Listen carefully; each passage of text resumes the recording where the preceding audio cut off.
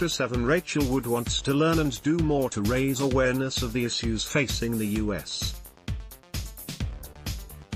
and Mexico border, even if it means checking out the conditions firsthand. Wood, who appears in HBO's Westworld, decided to take a tour across Texas this weekend and has been documenting her journey on her Instagram. "I don't think it's ever too late to want to make a change, and that's why I'm here now, because I want to learn," Wood, 30, tells People. On Sunday, she visited a shelter in McAllen, Texas, where she was able to deliver supplies and meet some of the immigrant families who have been released from detention and are waiting to find out their next step in the chaotic process.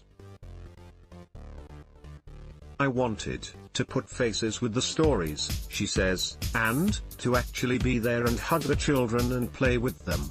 See how sweet and loving they are, but to see how tired and in pain they are, and see the fear in their parents' eyes." Related, Lena Dunham, Joshua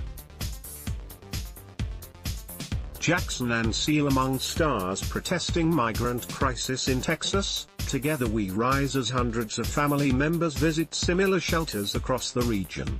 For many of them, it's the first time they're getting a chance to rest, take a shower and have a nutritious meal after a grueling journey.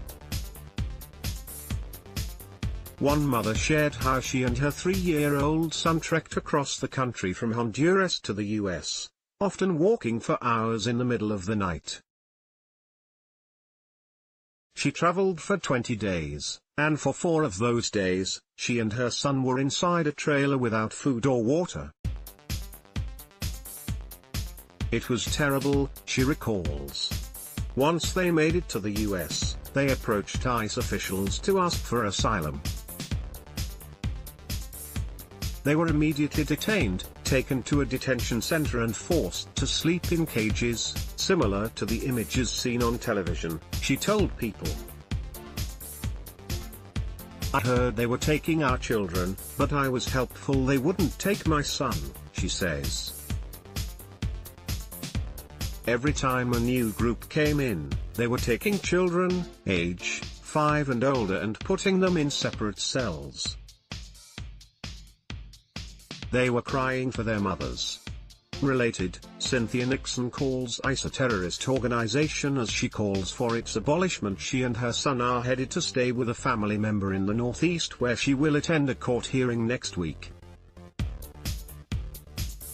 For now, the shelter will provide her with a new pair of shoes, which needs to fit around her government-issued ankle monitor. The shelters depend on donations to provide services. Wood purchased supplies for the shelter she visited Sunday morning. Wood says the impact of the gesture struck close to home. "I was buying things that I've bought for my own son," says Wood, who has a 5-year-old son.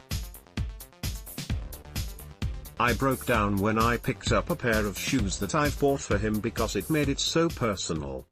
Meanwhile, Wood is participating in a 24-hour hunger strike and prayer chain that will last 24 days, in honor of the more than 2,400 children separated from their parents due to President Donald Trump's zero-tolerance policy.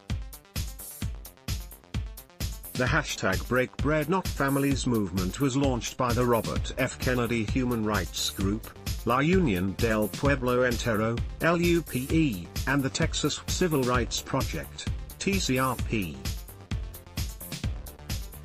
Wood says it's a privilege and not a sacrifice to take action that honors the work done by Cesar Chavez, a labor leader and activist who participated in multiple hunger strikes to bring attention to mistreated farm workers. "It's a small price to pay considering what families are going through," she says. Related, does she or doesn't she? Melania Trump speaks out after "I really don't care" jacket scandal amid a massive backlash to the separation policy. Trump signed an executive order reversing the position on Wednesday. On Saturday, the Department of Homeland Security said the U.S. government had reunited 522 migrant children who were separated from adults, saying in a statement outlining the reunification process that the government knows the location of all children in its custody and is working to reunite them with their families. While waiting for the parents to complete their deportation hearings, children will continue to be held in custody. The families will then either be reunited before getting deported, or after the parent is released from detention and applies to be the child's sponsor.